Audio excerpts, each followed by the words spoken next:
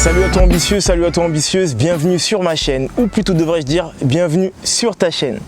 Je me présente pour ceux qui ne me connaissent pas, Roméo, je suis courtier en prêt immobilier, j'accompagne les particuliers et les investisseurs dans l'achat d'une résidence principale ou d'un investissement locatif. Et l'objectif de ma chaîne, il n'est pas compliqué, c'est de donner quelques petites astuces qui vont te permettre, comme on dit dans le jargon, de shooter ton prêt immobilier et de l'avoir dans les meilleures conditions. Si c'est la première fois que tu me suis, bah écoute, bienvenue à toi, je t'invite vivement à t'abonner, à cocher la cloche de notification afin que tu puisses connaître les dernières parutions qui vont pouvoir arriver. Si tu as l'habitude de me suivre, tu dois savoir que là je suis en plein périple en Thaïlande, donc on est à la fameuse recherche du crédit perdu, le fameux crédit magique qui va donc nous permettre d'obtenir un crédit, peu importe notre condition. J'espère qu'on pourra le trouver. Tu m'excuseras pour les bruits ambiants, c'est l'inconvénient de faire des vidéos en extérieur. Donc si les bruits des coques, des tondeuses ne te dérangent pas trop, n'hésite pas à mettre un pouce, ça me fera plaisir, ça fera plaisir à YouTube, ça fera plaisir à pratiquement tout le monde. Aujourd'hui, on va parler de la seconde étape qui va donc être les conséquences qu'il va y avoir sur les séquestres. À travers cette vidéo, je vais donc t'expliquer les conséquences qu'il va y avoir sur les séquestres, qu'est-ce qui peut se passer si tu ne respectes pas ton dit contrat et comment faire pour faire en sorte de ne pas déposer des séquestres. Comme tu as dû le comprendre dans une première vidéo, je t'ai expliqué que les séquestres n'étaient pas une obligation.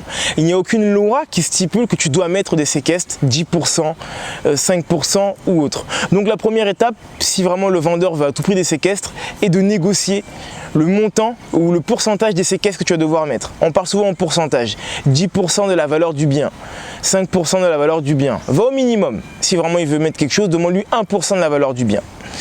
Ensuite, il va falloir que tu comprennes que si tu ne respectes pas ton dit contrat, le fameux contrat synallagmatique dont nous avons parlé dans une précédente vidéo, le vendeur est en droit de séquestrer tes séquestres, donc de garder ton argent. Et puis, de remettre son bien en vente à une tierce personne. Oui, il est en droit de le faire parce que tu n'as pas respecté ton contrat. C'est pour ça que dès le début, il va falloir que tu mettes les bases solides pour faire en sorte que ton contrat puisse être le mieux ficelé possible. C'est-à-dire, tout simplement que si tu décides de vouloir rajouter des travaux dans ton projet, inscris-le dans ton compromis. Parce que si tu as un refus, parce que tes travaux sont trop conséquents pour le banquier et que du coup tu as un refus bancaire, le vendeur est en droit de dire sur le contrat que nous avons signé ensemble, il n'était pas marqué que vous vouliez racheter des travaux. C'est sans doute pour ça, et c'est d'ailleurs pour ça que vous avez dû avoir un refus. Donc moi, je n'accepte pas les raisons de votre refus.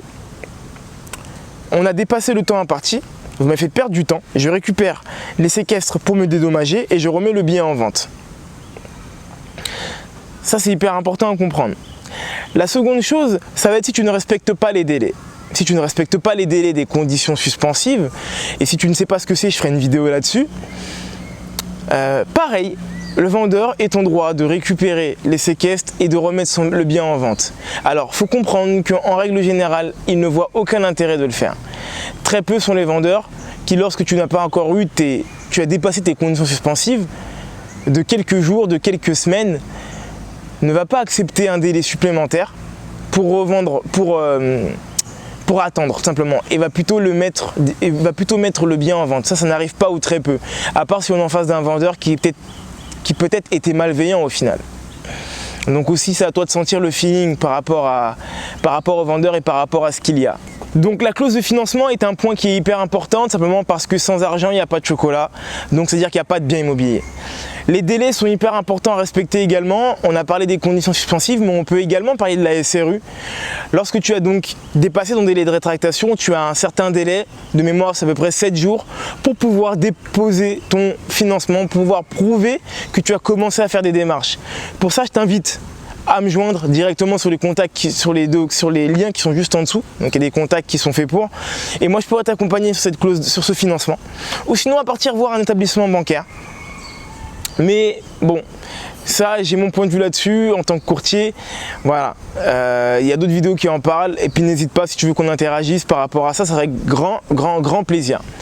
Donc tu le vois, il y a deux points qui sont hyper importants. Et puis il y a d'autres points, toute autre clause que tu as pu mettre, que vous avez pu mettre en commun accord sur votre contrat doivent être respectés par les deux parties. Mais là, on parle de ton côté, toi en tant qu'acheteur. Si tu ne respectes pas ton dit contrat, il est en droit de récupérer les séquestres et de remettre le bien en vente. Et ça, il faut que tu le comprennes. Et voilà, c'est la fin de cette vidéo. J'espère qu'elle t'aura plu. J'espère que le bruit des coqs, des oiseaux, des écureuils, peut-être des singes aussi, t'auront plu également. Si c'est le cas, n'hésite pas à mettre un pouce et à partager à un grand nombre de personnes pour que tout le monde puisse en bénéficier. Je remercie toujours le nombre de personnes qui continuent à s'abonner, ça me fait vraiment chaud au cœur, ça me fait vraiment très plaisir de voir qu'il y a de plus en plus de personnes qui s'abonnent. Comme j'ai expliqué dans une précédente vidéo, ça fait très peu de temps que j'ai ouvert ma chaîne et donc c'est vraiment avec beaucoup de plaisir que je vous vois de plus en plus. Et n'hésitez pas à partager parce que c'est grâce à vous que je grandis et je tenais à vous remercier par rapport à ça. Je t'invite également à rentrer en contact avec moi dans les liens qui sont juste en bas. Si tu as tout type de questions que tu ne veux pas développer à travers les commentaires, tu viens vers moi, tu me poses une question. Je prends toujours un peu de temps à répondre, mais je réponds toujours. Parce que comme tu peux le voir, j'essaie de m'occuper un peu. Donc là, je suis à la recherche du crédit perdu. Je m'occupe aussi de mes clients quand même de temps à autre. Et des fois, je fais également les deux en même temps. Enfin bref, ça c'est un détail. Dans tous les cas, je te souhaite une excellente journée ou une excellente soirée, peu importe à quel moment tu regarderas cette vidéo. Et je te dis à toi ambitieux et à toi ambitieuse, je viens de te le dire, une excellente journée. Moi, il est maintenant 7h30, là. Je vais donc profiter de la journée. Je vais aller chanter avec les coqs, profiter de la piscine derrière. Et puis également aussi rechercher le crédit, le fameux crédit perdu. Et je te le redis encore, ça coûte rien. Excellente journée à toi. Bye.